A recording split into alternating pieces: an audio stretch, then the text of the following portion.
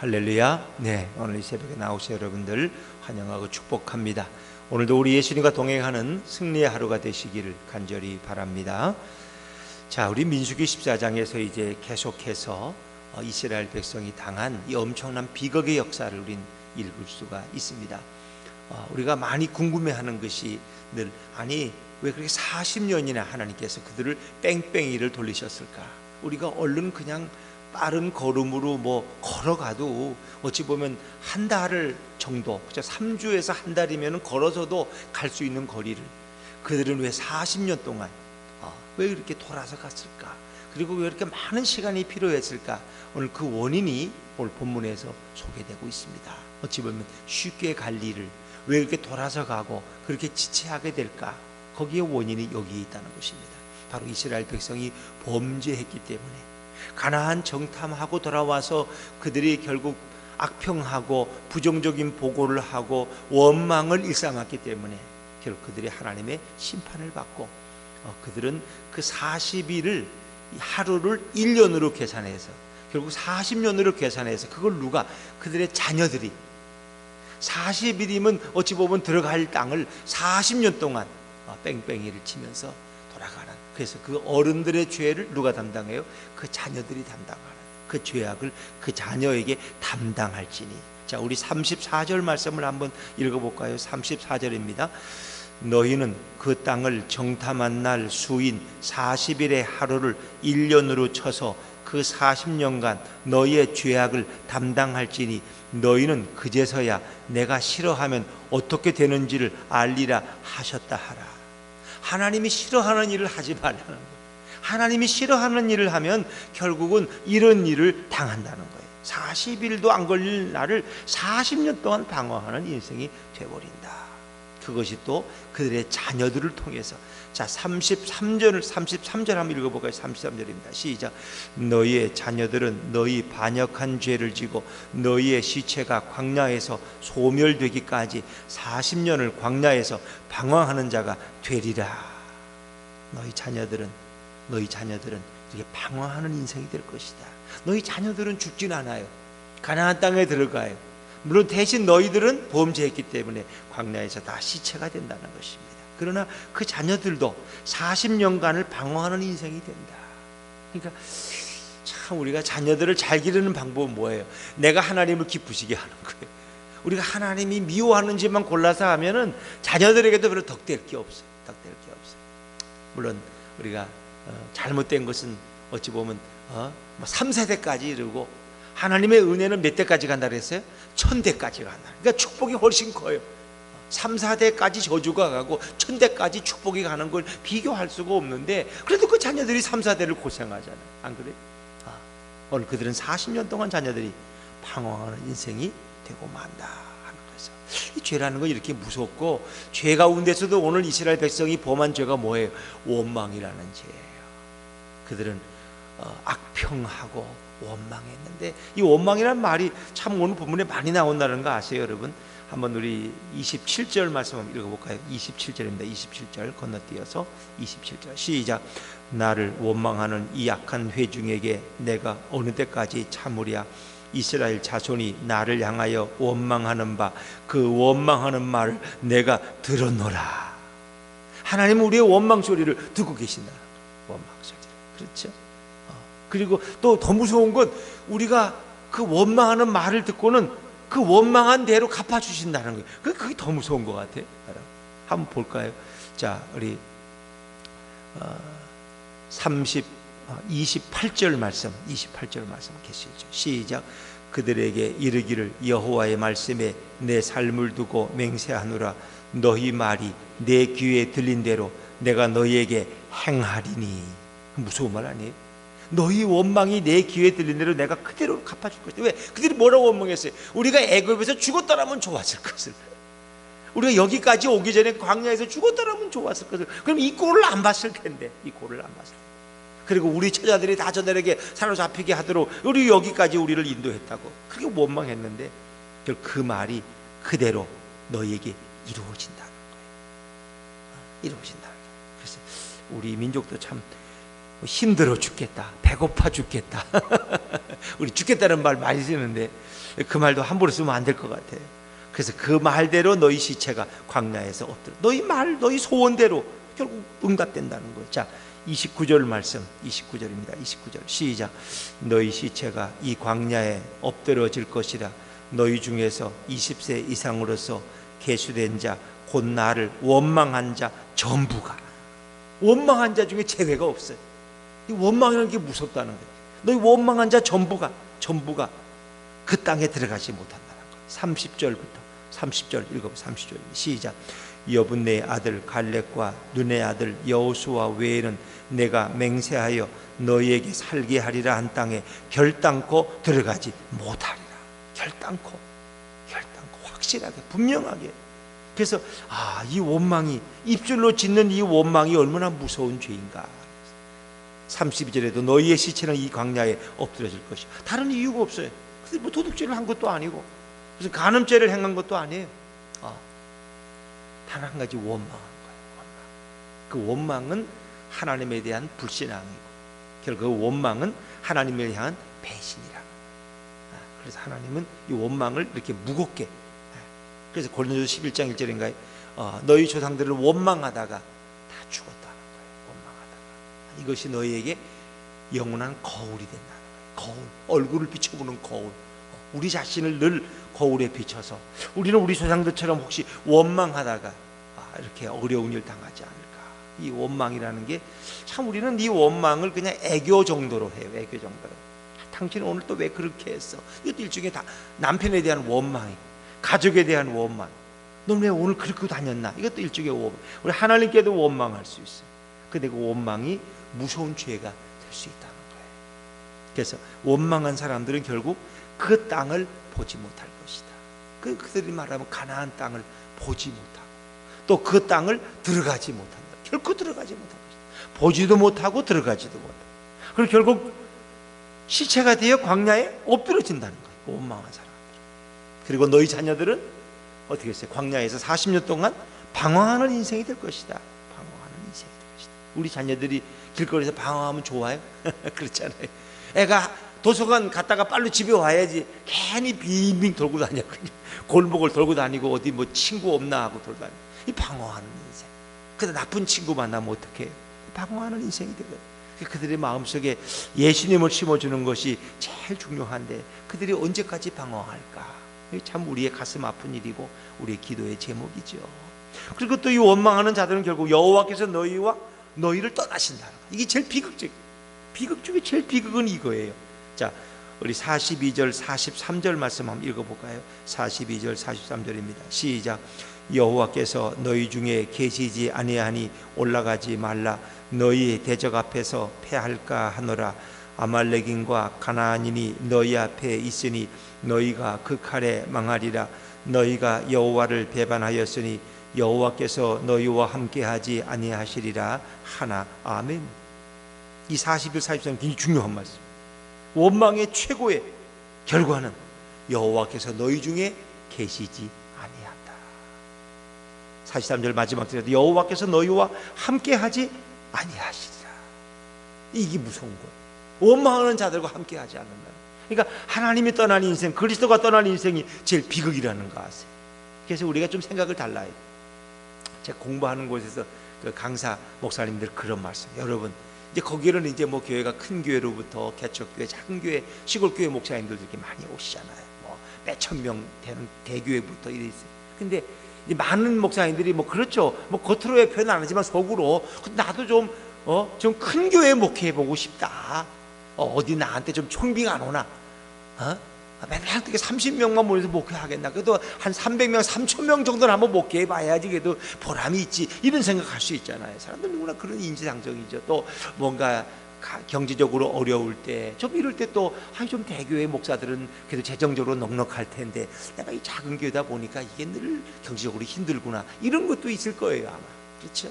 그러니까 자기도 모르게 이제 그런 걸 동경하게 되고, 혹시 또 그런 자기 청빙할 기회가 오면은 혹시 귀를 솔깃하고 내가 혹시 그 교회 갈 수 있을까? 여기에 뭐 관심 안 기울이겠어요, 여러분?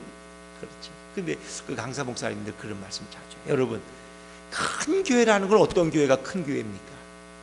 몇천 명이 모이고 몇만 명이 모이는 교회가 큰 교회입니까? 아닙니다.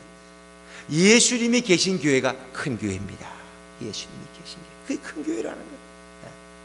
그러면 아무리 그 교회가 커도 예수님이 계시지 않은 교회는 가장 초라하고 작은 교회라는 거예요. 그러니까 5명이 모이는 개척교회라도 그 가운데 예수님이 늘 임재해 계신 교회면 여러분은 큰 교회를 목회하고 있는 것입니다.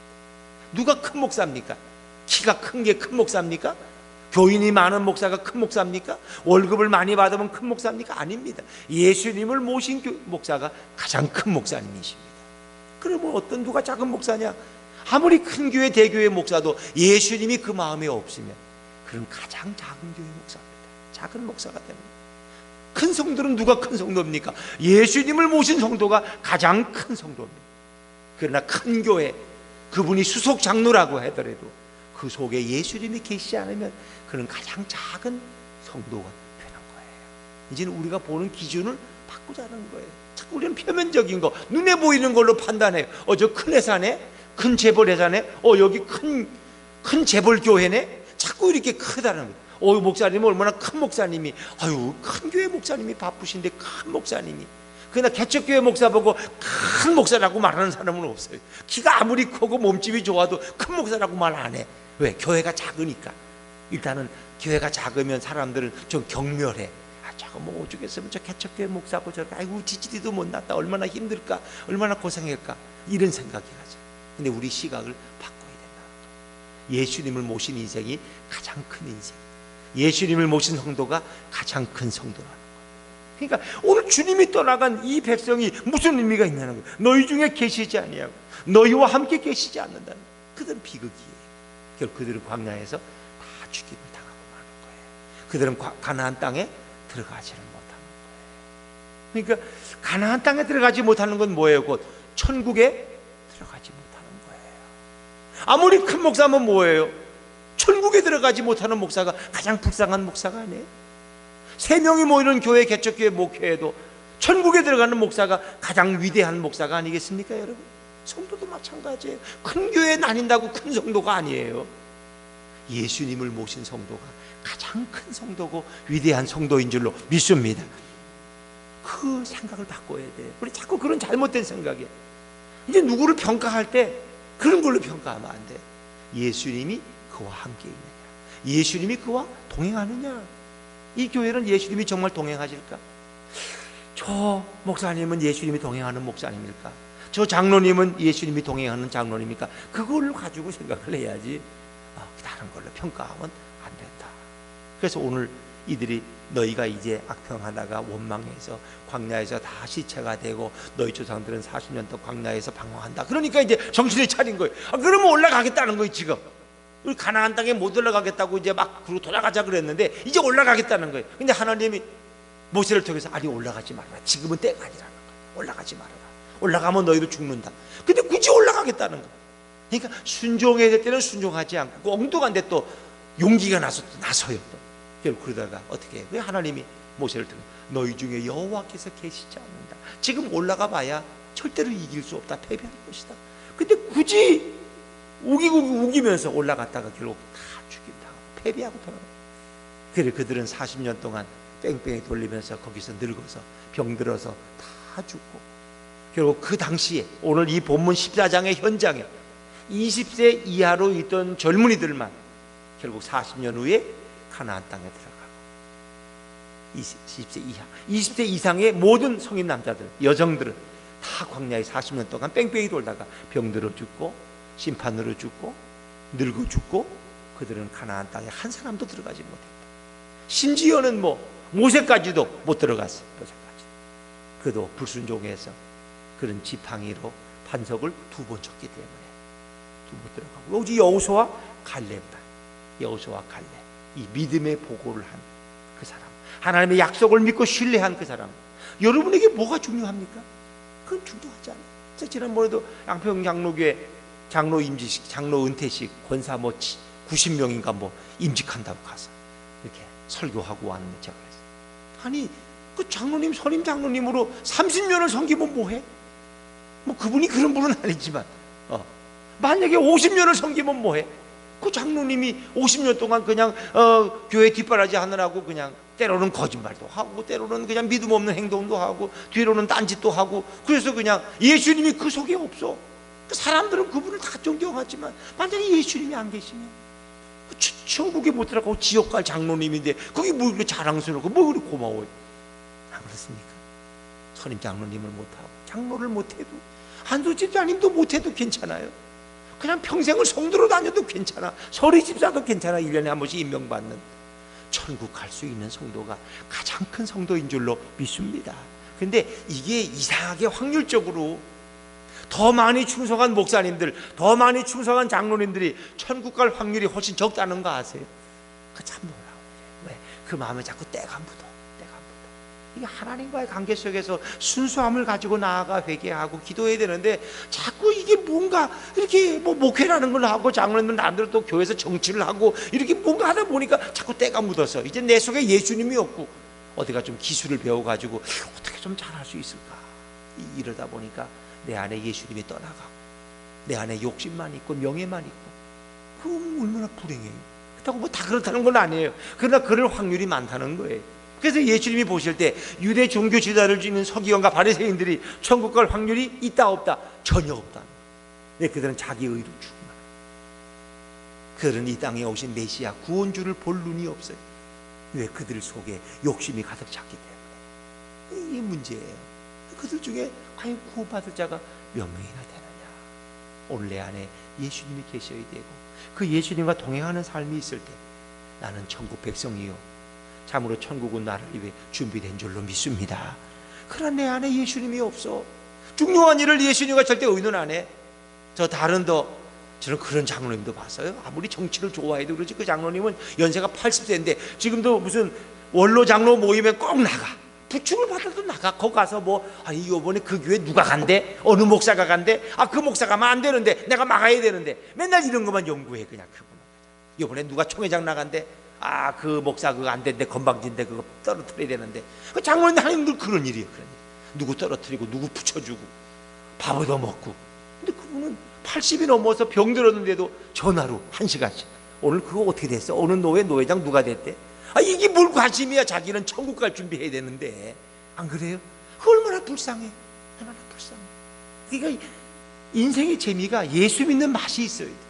오늘도 예수님 동행하고 예수님 찬양하고 예수님 말씀 듣고, 오늘도 목사님 너무 행복합니다. 나는 이런 행복을 못 겪고 이래야 되는데, 아니 어느 교회 담임 목사가 누가 간들 그 장로님하고 뭔 상관이 있어?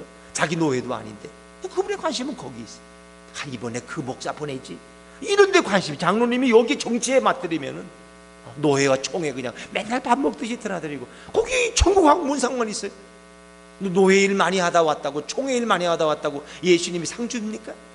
천국 갈 자격이 없는. 천국 갈 자격. 얼마나 그 입술로 많은 사람을 정죄했고 얼마나 많은 사람을 시험 들게 만들었고, 그렇지 않습니까? 이 참 불행한 거예요.